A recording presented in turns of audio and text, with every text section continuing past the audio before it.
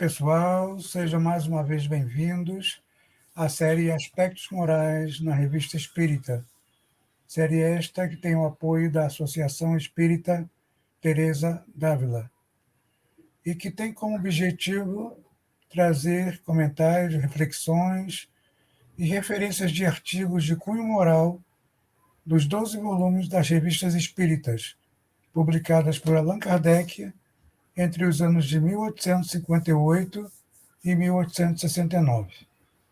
E hoje teremos um artigo bastante interessante sobre o poder oculto dos amuletos, dos talismãs, e esse assunto está na Revista Espírita de setembro de 1858, intitulado Os Talismãs. Você acredita no poder de um amuleto?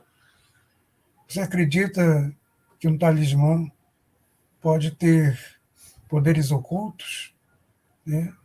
E que pode te proteger, pode te ajudar em alguma coisa? Então vamos ver hoje, juntos conversaremos com nossos amigos Sônia Hoffman e Henrique Miranda. Olá, Soninha. Olá, Eduardo. Olá, Henrique. Olá a todos os participantes, ouvintes e todos aqueles que nos assistem e que compartilham conosco essa oportunidade de nós estarmos estudando e de nós estarmos nos aprofundando nos artigos que fazem parte da Revista Espírita. E é muito importante, é muito interessante cada vez mais nós irmos lendo e estudando e estimulando também outras pessoas a buscarem lá na Revista Espírita e em todas as edições várias questões e vários entendimentos e várias orientações e ensinamentos que vão fazer parte do nosso dia a dia, até mesmo para nos libertar de algumas questões que nos prendem ou à ignorância, ou então a determinadas superstições, que também é uma forma ou de ignorância, ou de desconhecimento, ou de distorção do entendimento.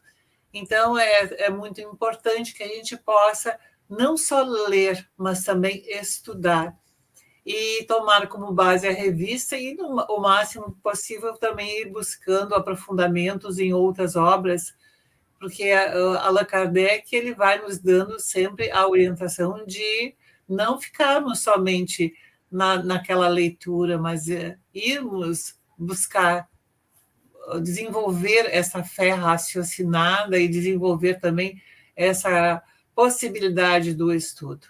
Então, a todos nós, esperamos que tenhamos um belo encontro, um belo momento, e vamos aqui conversar com o Henrique, que deve estar pensando que nós esquecemos dele, mas não foi esquecido. Eu estava quase cochilando aqui. Não, eu sei que vocês não esquecem. É um carinho muito grande. Boa tarde, boa noite, boa manhã, boa madrugada, você que está nos acompanhando, porque hoje o programa promete, como todos, tem um assunto sempre muito vibrante. Este, eu acho que nos toca bastante, porque ainda temos muitas religiões, Eduardo, Sônia, que utilizam de objetos para estimular, para pontuar mesmo. Você tem os terços, né, onde você reza os terços, você tem umas pontuações, eu não entendo muito bem. E eu lembro aqui, para a gente começar a nossa conversa, minha sogra ainda encarnada, minha sogra muito católica, e veio indignada conversar comigo, porque o padre havia dito que não havia necessidade de adorar imagens. E ela ficou assim, indignada, assim, como é que eu não vou adorar Nossa Senhora? Como é que eu não vou adorar Francisco de Assis? Esse padre deve estar equivocado. E nós percebemos, então, até mesmo em algumas religiões históricas, uma mudança, talvez, de mentalidade quanto a isso, mas não se desprendendo ainda do valor que são as imagens nos seus conceitos, onde o Eduardo começou tão bem falando, ritualísticos. E o que o Espiritismo tem a dizer, né, Eduardo, Sônia? Exatamente. E até mesmo tem uma obra que complementa bastante esse trabalho, não só complementa, mas ele impulsiona este aprofundamento, este ensinamento, e até mesmo ele diz o quanto ainda é necessário dar continuidade ao estudo, que é do Ernesto Bozano, e é um livro que tem o título Gemas, Talismãs e Amuletos, e gemas são as pedras.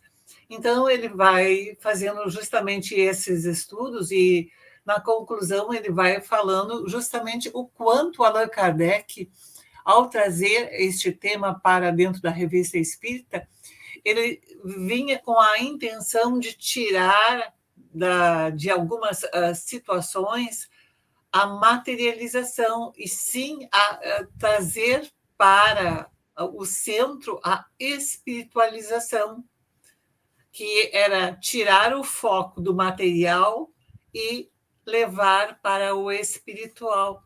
Então, provavelmente, o que este padre, naquele momento, estava dizendo para a tua sogra era justamente de isto, de não haver a necessidade do objeto, mas e sim do pensamento, e sim do sentimento, e sim da vontade, que é essa que realmente nos conecta. E não são somente religiões que têm seus amuletos, seus talismãs, ou têm os seus símbolos.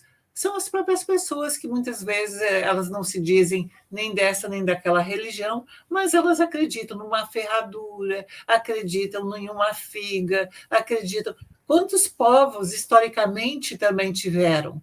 E o próprio Bozano vai colocando que existe e esses povos traziam essa grande diferenciação, o que era um talismã e o que era um amuleto. O amuleto era muito mais para a proteção, era uma segurança de enfermidades, de doenças e até mesmo situações para evitar acidentes, enquanto o talismã envolvia outras questões que envolvia a questão do desenvolvimento da inteligência, da sabedoria, das relações mais amistosas ou menos amistosas.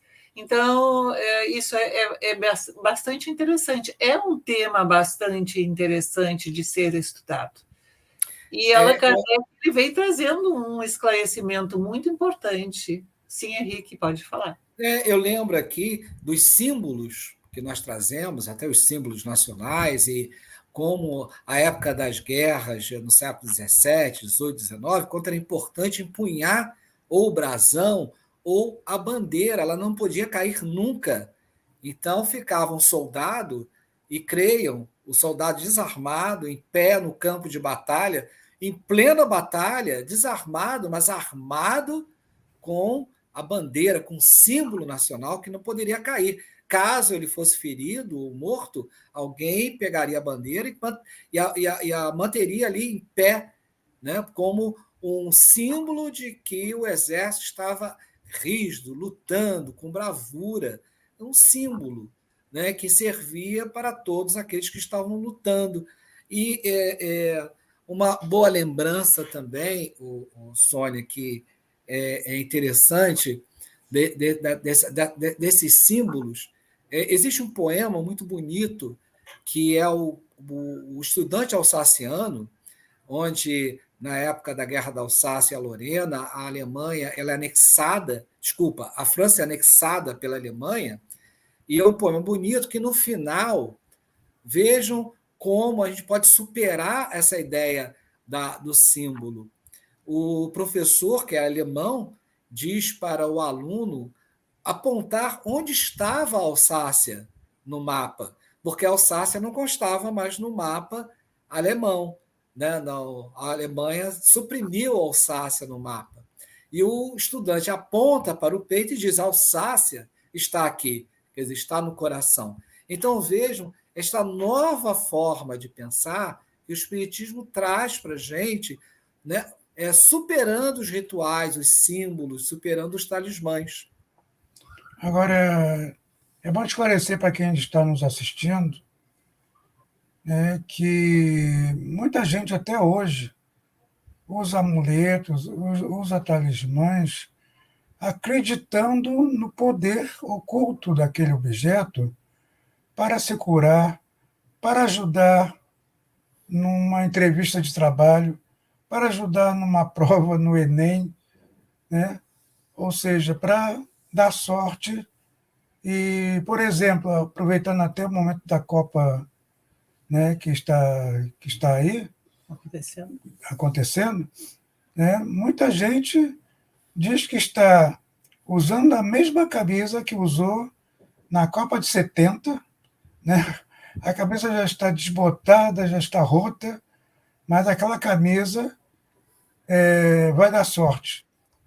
Tem gente que exagera mais, né? Usa aquela mesma camisa, senta na mesma poltrona, na mesma posição, quando assiste aos Jogos do Brasil. Então, eu quero saber de vocês, né? Existe realmente esse poder oculto atribuído a amuletos e talismãs, Sônia? Bem, começa esse artigo na Revista Espírita, começa exatamente com essa questão. Quando é trazida uma medalha, e nessa medalha havia sinais cabalísticos, e havia uma série de sinais e de símbolos, e é falado que essa medalha, inclusive, pertenceu a um escritor do século... né? Casotte, sim, ele foi século XVIII. Do século XVIII, inclusive ele foi guilhotinado porque ele foi contra a Revolução Francesa. Uhum.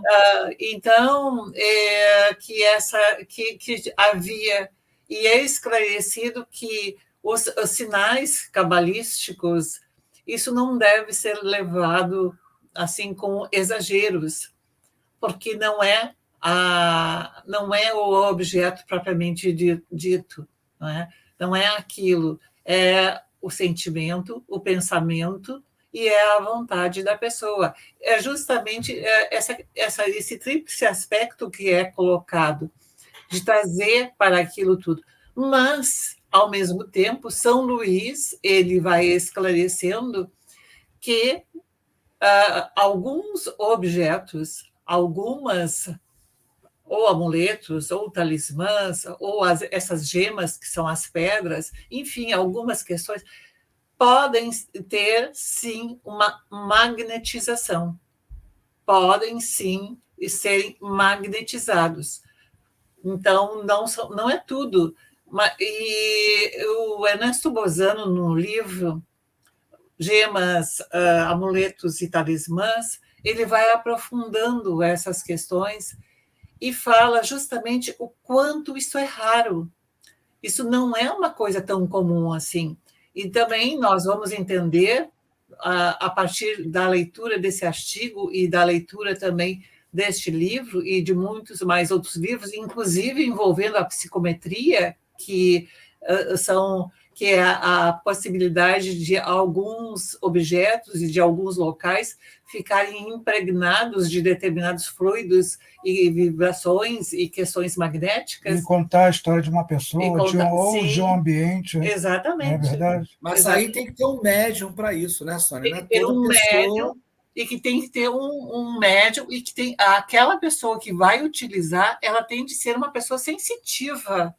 Não é ir lá na loja, comprar alguma coisa, pendurar e dizer, olha, isso aqui vai me dar, isso aqui vai me trazer. Não, há toda uma magnetização, há todo um trabalho fluídico que é feito, que é elaborado, e que são os próprios espíritos que realizam essas atividades, de acordo com a superioridade ou com a inferioridade deles.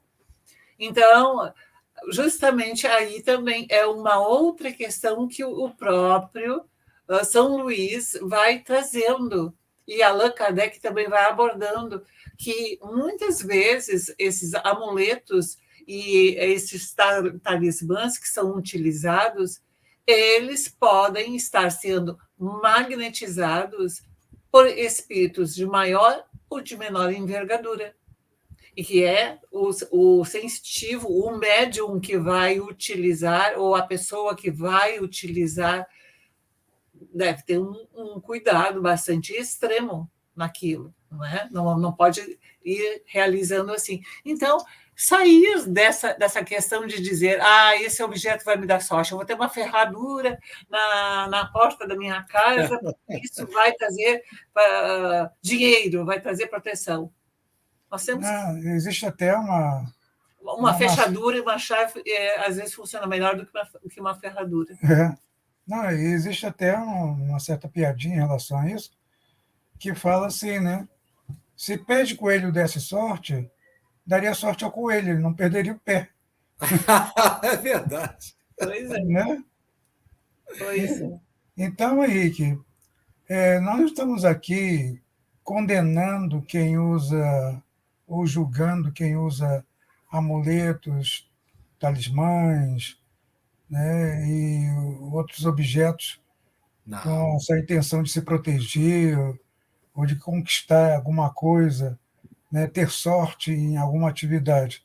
Nós estamos aqui esclarecendo à luz do Espiritismo, né, tirando justamente a superstição, o aspecto supersticioso desses objetos e esclarecendo, né, o que acontece quando uma pessoa realmente fica presa a um objeto esperando que ele traga sorte, que ele a cure, que ele a proteja, e muitas vezes não toma as providências necessárias, as prevenções adequadas a se cuidar. Não é isso, Henrique? E nem mesmo tem o pensamento e o sentimento, porque basta ter e não fazer mais nada. Não é isto. Não é o objeto pelo objeto. Ter o objeto e pronto, acabou-se. Ter a imagem e acabou-se.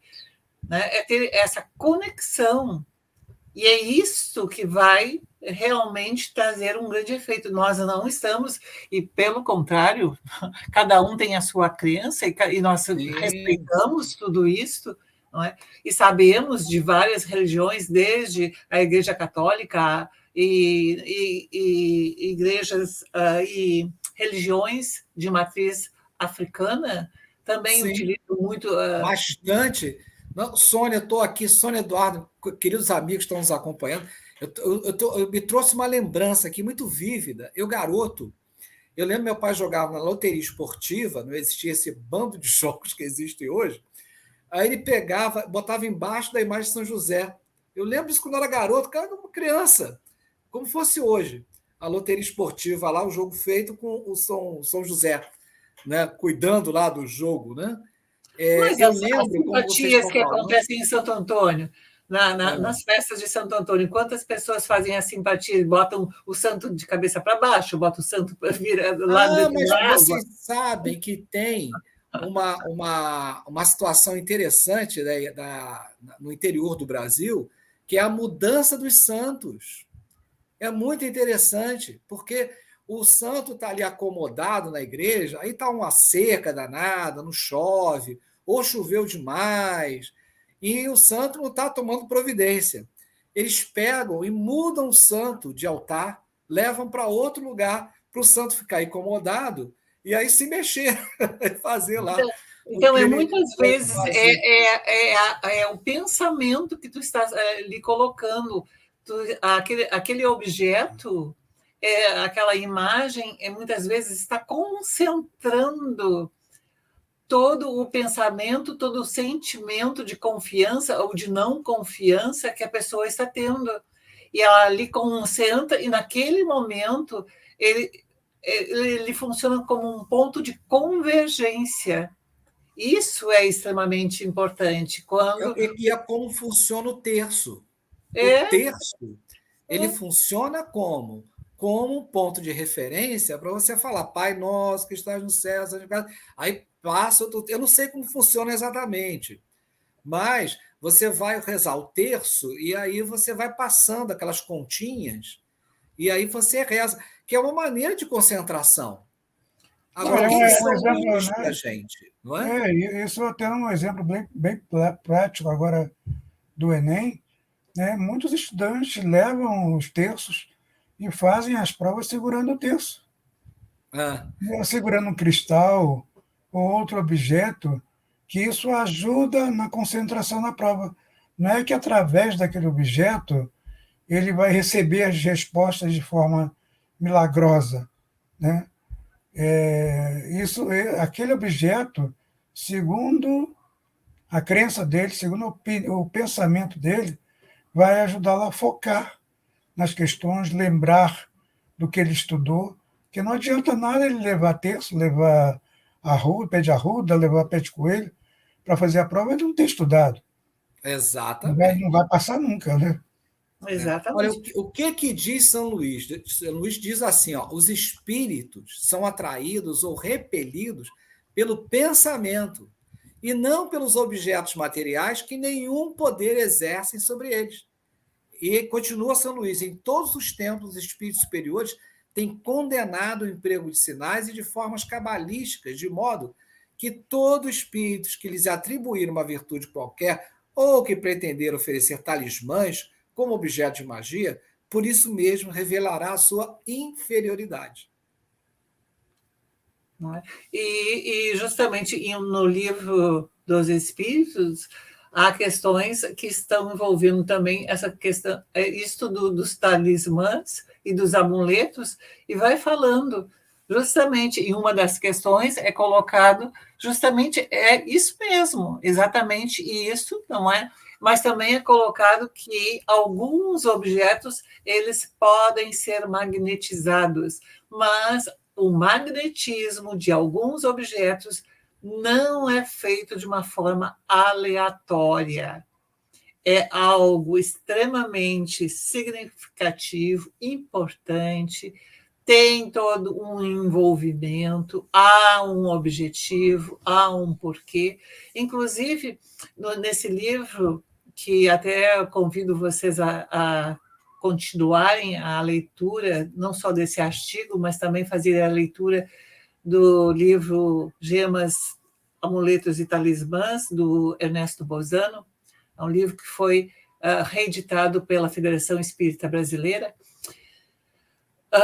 Ele foi um pesquisador italiano, e ele fala justamente em uma questão de um homem que utilizava uma opala, uma pedra que era de opala, e ele tinha uma vértebra que ela não se consolidava nunca. E os médicos faziam vários exames e não sabiam, não conseguiam chegar à conclusão, até que um espírito solicitou que essa pessoa retirasse, não usasse mais por um tempo essa pedra de opala. E daí ele retirou, e a partir dali ele começou a calcificar. Começou a calcificar a sua vértebra. E daí foi feito todo um estudo de que a questão da estruturação magnética da opala, ela não é de congregação. Os átomos e tudo não fica tão congregado, tão vinculado, tão, vamos falar de uma forma bem assim, adesa, não ficam tão relacionadas e tão ligadas, esses átomos, esses prótons e elétrons e nêutrons, enfim, tudo, eles não ficam tão, eles ficam mais dispersos, então eles não mantêm essa coligação.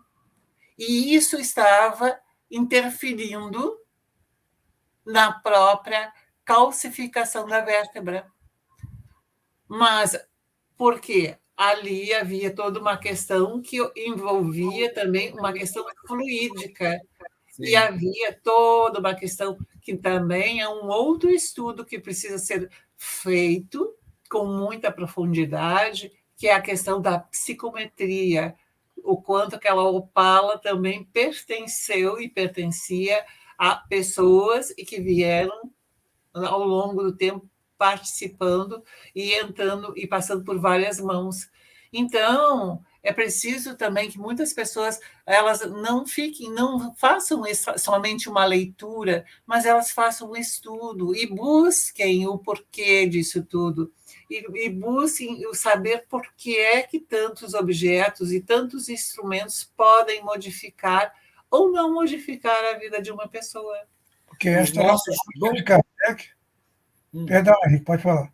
Não, os nossos bons pensamentos, eles impregnam a nossa psicosfera, ou seja, a atmosfera que tem em torno de nós, eles impregnam a água, gente. A água não é magnetizada pelos pensamentos que nós produzimos, conjunto com os pensamentos dos espíritos que nos querem bem. Que os espíritos também pensam e emitem esses fluidos através dos pensamentos. Então, o pensamento, como dizem os espíritos, é tudo. Pode falar, Eduardo, desculpa, eu falei junto com você. Não.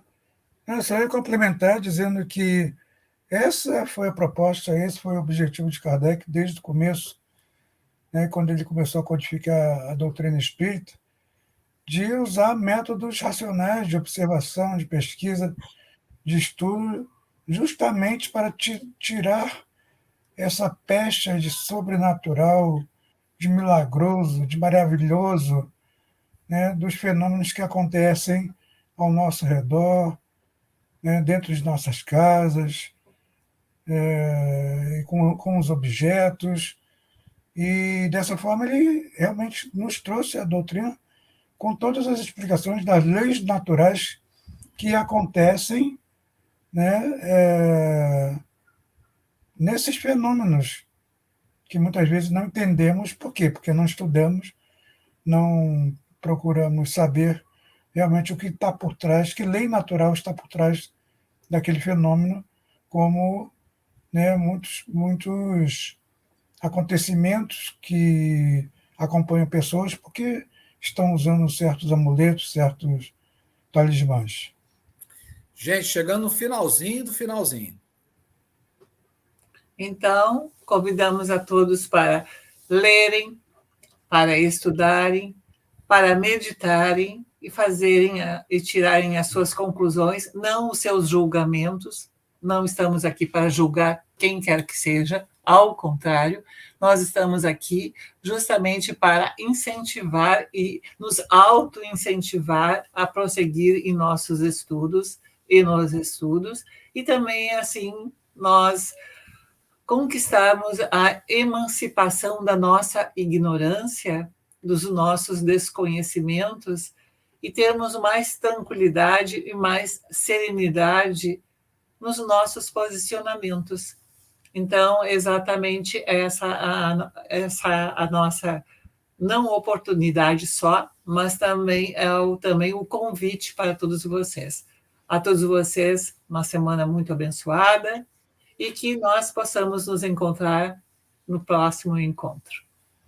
E queremos agradecer a todos que estão compartilhando, que estão se inscrevendo no canal da Associação Espírita Teresa d'Ávila para receberem os vídeos que esta instituição produz, além do nosso programa. Deem o seu like e até a próxima semana. Um abraço a todos. Beijão, gente. Fiquem com Deus.